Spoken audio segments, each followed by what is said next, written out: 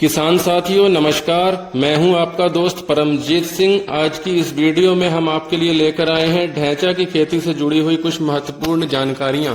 किसान साथियों, वीडियो में और आगे बढ़ने से पहले आप सभी किसान भाइयों से एक छोटी सी रिक्वेस्ट है। यदि आपने अभी तक हमारे YouTube चैनल को सब्सक्राइब नहीं किया है और आप लोग हमारे चैनल के ऊपर पहली बार विजिट कर रहे हैं तो आप अभी चैनल को सब्सक्राइब करके बेल आइकन को जरूर ऑन कर लें ताकि भविष्य में आपको खेती से जुड़ी हुई हर महत्वपूर्ण अपडेट सबसे पहले प्राप्त हो सके।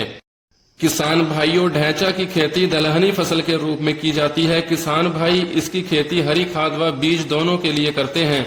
ढैंचा के हरे पौधों से तैयार की गई खाद खेतों की उर्वरा शक्ति को बढ़ाती है, जिससे खेत की पैदावार बढ़ती है। आपको बताते चले कि ढैंचा का पौधा 10 से 15 फीट तक की ऊंचाई प्राप्त करने में सक्षम होता है। किसान साथियों, ढैंचा की खेती करने के लिए किसी खास जलवायु की आवश्यकता नहीं होती है। इसके पौधे कम और ज्यादा बारिश में भी आसानी पूर्वक विकास कर लेते हैं। और यदि आप हरी खाद के उद्देश्य से ढैंचा की खेती करते हैं तो आप इसे कम उपजाऊ भूमि में भी लगा सकते हैं। लेकिन यदि आप बीज उत्पादन के लिए इसकी खेती कर रहे हैं तो आप इसकी खेती काली, चिकनी व बलुई दोमट भूमि में करें, जिससे आपको ढैंचे का ज्यादा उत्पादन प्राप्त हो सके। तो आइए अब बात कर लेते हैं जलवायु व तापमान के बारे में। ढैंचा की खेती करने के लिए किसी खास जलवायु की आवश्यकता नहीं पड़ती है। इसकी उत्तम पैदावार लेने के लिए इसे खरीफ ऋतु के मौसम में यानी कि जून महीने में ही लगाया जाना चाहिए। पौधे पर अधिक गर्मी व सर्दी का कोई भी असर नहीं पड़ता है। इसके पौधे को बारिश की सामान्यतः जरूरत पड़ती है। तो किसान भाइयों, आइए अब हम बात कर लेते हैं ढैंचा की उन्नत किस्मों के बारे में। इसमें सबसे पहले जिस ढैंचे का नाम आता है वह है पंजाबी ढैंचा 1, हिसार ढैंचा 1, पंत ढैंचा 1, CSD 137, CSD 123। किसान भाइयों, ढैंचे की यह सभी वैरायटियां हरी खाद के उद्देश्य से व बीज उत्पादन की दृष्टि से अच्छी मानी जाती हैं। तो किसान भाइयों, अब हम बात करते हैं ढैंचे की बुआई का समय क्या होना चाहिए। ढैंचा की बुआई का उपयुक्त समय, यदि आप इसको हरी खाद के उद्देश्य से उगाते हैं तो इसे गेहूं की कटाई करने के तुरंत बाद यानी कि अप्रैल महीने में लगा देना चाहिए। और यदि आप इसकी खेती कमर्शियल लेवल पर कर रहे हैं व दाना उत्पादन हेतु इसकी खेती कर रहे हैं तो इसकी खेती वर्षा शुरू होने के बाद जून महीने में करनी चाहिए। तो किसान साथियों, अगर हम बात करें ढैंचे की बीज दर की तो 10 से 12 किलोग्राम बीज 1 एकड़ के हिसाब से पर्याप्त रहता है। ढैंचे की बुआई के समय लाइन से लाइन की दूरी 1 फीट व पौधे से पौधे की दूरी 10 सेंटीमीटर रखनी चाहिए। अगर आपने ढैंचा की बुआई हरी खाद के उद्देश्य से करनी है तो आप इसकी बुआई छिटकमा विधि से भी कर सकते हैं। के लिए 10 से 15 किलोग्राम बीज प्रति एकड़ के हिसाब से छींटा लगाकर रोटावेटर या कल्टीवेटर से इसे भूमि में मिक्स कर दें और ऊपर से हल्की सिंचाई कर दें। अब हम बात कर लेते हैं कि ढैंचे की फसल को कितनी सिंचाइयों की आवश्यकता पड़ती है। आपको बताते चले कि बीज के अंकुरण होने के बाद पहला पानी 20 से 22 दिन बाद दें और इसके बाद में लगभग 15 दिनों के अंतर से 2 और सिंचाइयां कर देनी चाहिए।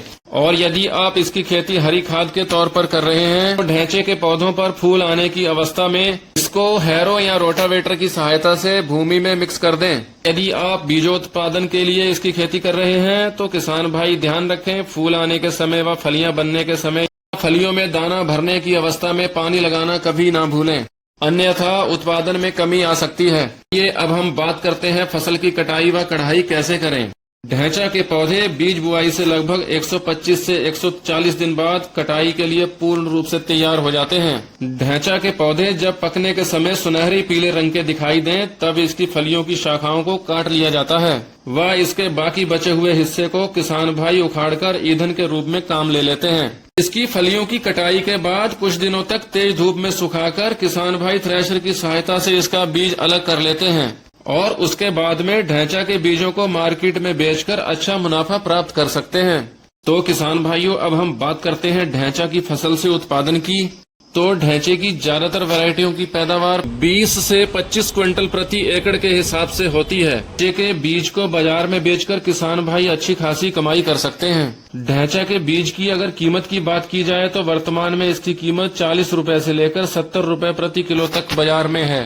ढैंचे के बीज को अगर आप सरकारी संस्थाओं से प्राप्त करते हैं तो सरकारी संस्थाओं से यह बीज अनुदानित होने की वजह से आपको कम मूल्य पर प्राप्त हो सकता है। इस दौरान यदि किसान भाई ढैंचा की खेती व्यावसायिक स्तर पर करते हैं तो हरी खाद के साथ साथ आप इससे अच्छा मुनाफा भी प्राप्त कर सकते हैं। किसान भाइयों, ढैंचा की जड़ों में जो नोड्यूल्स पाए जाते हैं वे डीएपी के आकार के होते हैं। इन नोड्यूल्स में बहुत सारे पोषक तत्व पाए जाते हैं जो कि भूमि को उपजाऊ बनाने के लिए बहुत ही आवश्यक होते हैं। के साथ साथ यह नोड्यूल्स नाइट्रोजन फिक्सेशन का कार्य करते हैं, यानी कि नाइट्रोजन स्थिरीकरण का कार्य करते हैं, जिससे हमारे खेतों में नाइट्रोजन की कमी नहीं आती है तथा और भी बहुत सारे पोषक तत्व हमें ढैंचे की फसल से प्राप्त हो जाते हैं, जिससे कि हमारी आगे आने वाली फसलों का उत्पादन बहुत ही अच्छा बना रहता है। किसान भाइयों, आजकल का भागम भाग भरा लाइफस्टाइल व किसानों के द्वारा पशुओं को कम संख्या में पालना भी हमें कहीं न कहीं घाटे की ओर लेकर जा रहा है। हमारे पुराने बुजुर्ग खेती करने के साथ साथ अधिक संख्या में पशुओं को भी पालते थे, जिनसे वह दुग्ध उत्पादन के साथ साथ पशुओं से गोबर की खाद भी अधिक मात्रा में प्राप्त कर लेते थे। वह इस गोबर की खाद को अपने खेतों में डालकर अपनी भूमि की उर्वरा शक्ति को मजबूत बनाते थे। वह फसलों से अधिक उत्पादन लेते थे। इसके साथ साथ रासायनिक खादों के प्रयोग से अपनी भूमि को खराब होने से भी बचाते थे।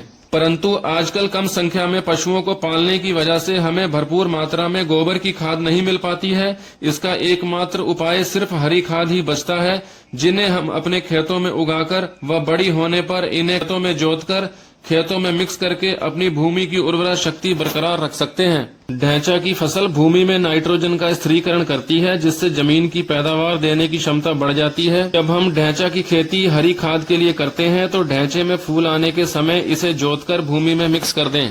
तो किसान साथियों, हम उम्मीद करते हैं आपको ढैंचा की खेती के बारे में दी गई जानकारी अवश्य पसंद आई होगी। यदि आपको यह वीडियो अच्छी लगी हो तो इस वीडियो को अधिक से अधिक लाइक व शेयर करना न भूलें। और यदि आपके मन में कोई भी डाउट, शंका या कोई सवाल है या आप खेती के बारे में कोई भी सुझाव लेना या देना चाहते हैं तो आप कमेंट बॉक्स में हमसे पूछ सकते हैं। तो आज की इस वीडियो में इतना ही।